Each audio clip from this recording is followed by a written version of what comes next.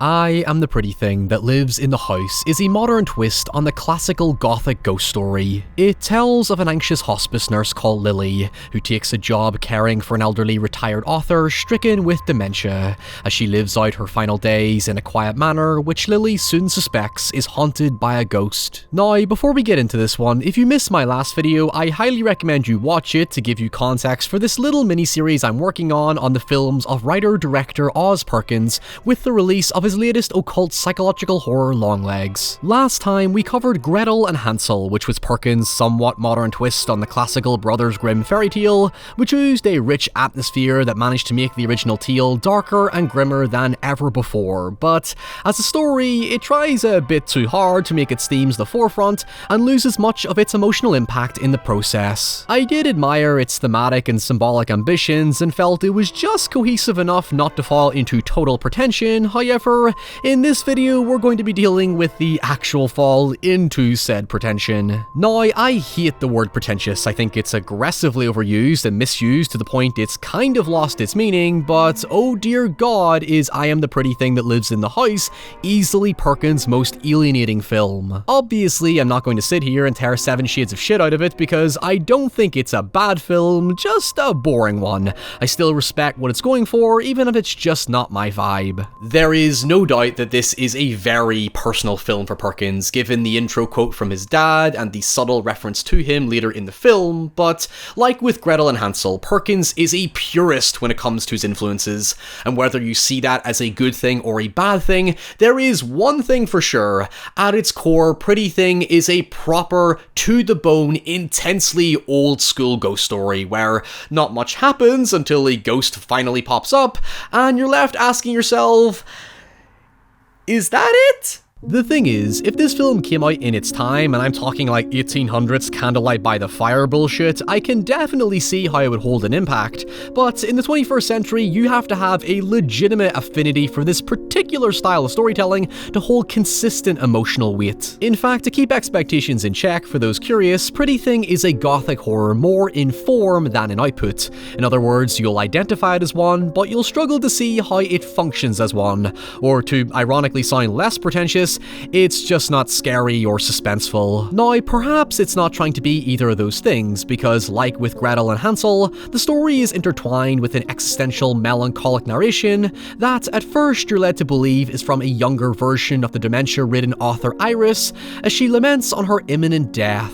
The film opens by visually establishing what we assume is her deteriorating mind, as though attempting to hold on to fleeting memories, some of which are reinforced as a faint spotlight illuminating her darkened home. It's worth noting, if you've seen Perkins' previous film, The Blackcoat's Daughter, or February, depending on where you're from, you'll know there's more to these images than meets the eye, so keep them in mind because it'll eventually make sense what these images actually mean. In fact, just to highlight Perkins' constant use of subversion, the opening narration ends with a twist where it's actually revealed that Lily is the one who's speaking to us, establishing that her death is the one that's imminent. While it adds a bit of foreboding tension, it really bothers me why Perkins would give this away so immediately, because it's a revelation that serves to recontextualize information that's yet to be given to the audience. As such, everything we learn going forward doesn't quite have the impact it should when we know out the gate that Lily is going to die. It seems to care more about making you think about the context behind her death, which we will talk about heavily later in the video, rather than sympathizing with her emotionally as a character, because once it does a wonderful job setting the tone, it kind of meanders the rest of the way. You could argue it's a possible bluff or a fake out, but nope, I'll let you down gently. When I said this film will leave you asking, is that it? Well, this is it. Yes, there is a mystery that builds us towards the outcome, but you will probably see it coming. There is no big WTF twist like The Boy. Instead, it's hardcore dedicated to the form of early ghost stories. Anyway, the setting is established with empty, eerily quiet shots that evoke a sense of loneliness and sadness. It's a home longing to once again be occupied with color and life. You get the vibe it's a place of history, but its pale white walls and minimalist decor leave it feeling delicate and fragile like its owner, whose dementia leaves her trapped, alone, and drifting into darkness. If you have experience with dementia in your family, I can wholeheartedly see how poignant and difficult the atmosphere of the film can be.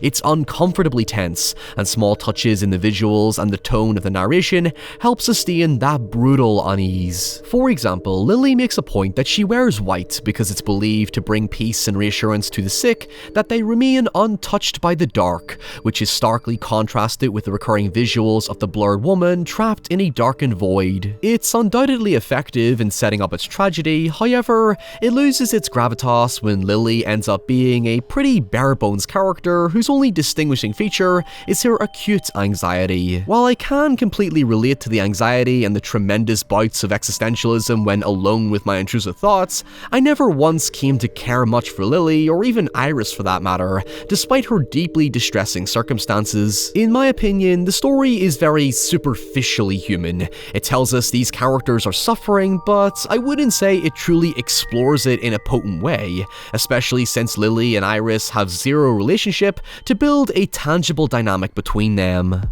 I do think the film establishes strong tension and melancholy through its distinct composition, such as how it frames the characters to look small and insignificant in the setting, as though not the focal point of the shot. The film projects itself as a meditation on the footprints and shadows we leave behind once we're gone, that is, if we even truly leave at all. However, it's overshadowed by this auteur arthouse intellectual coldness, where again, meaning and subtext override the human qualities on offer. The story slowly burns along as Lily becomes fixated on a strange mold on the wall that she worries could cause respiratory issues for Iris, but the estate manager Mr. Waxcap, a great surname by the way, makes a peculiar point that the estate can only pay to fix the flesh, not the bones of the house. In other words, they can't fix the problem, only hide it with cosmetics, providing very on-the-nose foreshadowing for the symbolic significance behind the ghostly happenings. When Iris begins to refer to Lily as Polly, much to her confusion, Lily learns that Polly was the protagonist of Iris's most popular novel, and for us is in fact the mysterious lady we see in the void, not Iris as I was initially led to believe. It's a clever subversion to show how connected Iris was to the character of Polly by creating such a cryptic visual association, and it will tie into a point I'll make at the end, but for now, the key detail as far as the plot is concerned is that Iris's novel was infamously panned because it ended with the death of Polly, almost like a nod to Arthur Conan Doyle killing off Sherlock Holmes, only to eventually retcon it due to pressure from his publisher. At this point, you can probably see where this is going, because I swear to God, the book in question is literally called The Lady in the Walls, and thus the mold represents the figurative writing on the wall that there may have been a murder within this house. Lily starts to read the novel for herself, and slowly constructs both a picture of the story and Iris's younger years writing it, soon coming to the realization that the events of the novel are likely real, and Polly was the victim to a brutal murder at the hands of her husband, and her body was concealed within the walls. However, to the credit of Perkins' ambition and originality, while I have conflicted feelings with the subtext overshadowing engaging storytelling, I really like that the story isn't about Lily exposing the truth, so to speak, because the bleak point of this discovery is that it won't affect anything, since the murder happened over 200 years ago, and nobody at the time seemed to care about Polly or even her husband's disappearance in the first place. The narration heavily ruminates on memory, directly tying itself into Iris's dementia, and asks how a death like this could go so easily forgotten, even going as far as to question how insignificant our existence is when the moment we are forgotten by everyone, we simply cease to exist. In the case of Polly, the more Lily starts to unearth about her history, the more real she becomes again.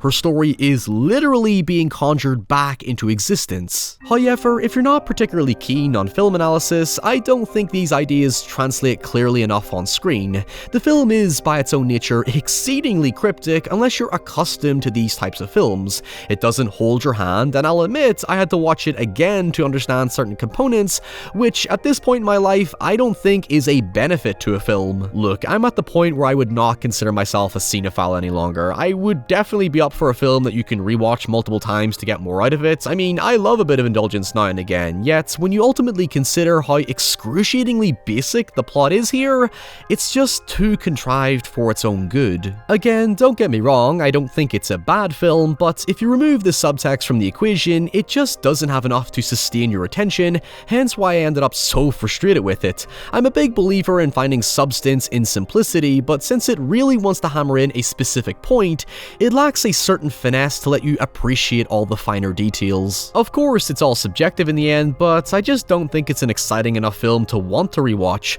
unlike say Perkins' previous film, The Blackcoat's Daughter, which is also a bit contrived and convoluted and doesn't hold your hand either, but is absolutely rewatchable and all comes together with a plot-centric approach where the outcome informs how you rewatch it. Ultimately, the reason Iris seems notably obsessed with Polly's tragic forgotten story is because she sees so much of herself in Polly, in particular how her story will also likely fade into obscurity, which will further be the same for Lily, whose death is still also imminent. I guess you could say the characters are spiritually the same person, their histories blur together into the same place, but they're ultimately of little significance.